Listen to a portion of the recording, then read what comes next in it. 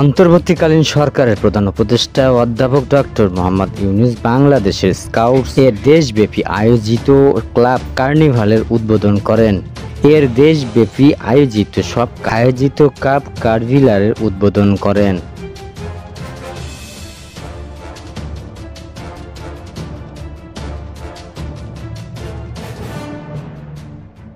সারা দেশে 527টি জায়গায় একযোগে এই কার্নিভাল শুরু হয়েছে।